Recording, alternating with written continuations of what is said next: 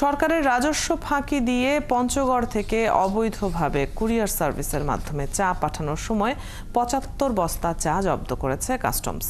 সোমবার রাতে পঞ্চগড় জেলা শহরের রওশনাবাগ এলাকার AJR parcel and courier service থেকে এসব চা জব্দ করা হয়। পার্সেলের মাধ্যমে এই চা রংপুর ও চট্টগ্রামে পাঠানো হচ্ছিল।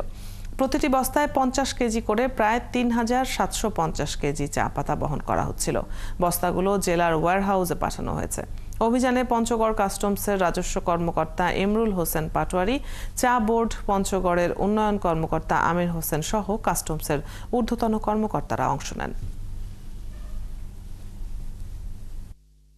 আমরা প্রাথমিকভাবে দেখলাম এই চাগুলা রংপুর, চট্টগ্রাম, প্রধানত এই চট্টগ্রামের দিকেই যাচ্ছিল। ডকুমেন্টগুলো এখানে দিয়েছে, আমাদের প্রাথমিকভাবে সন্দেহ হচ্ছে।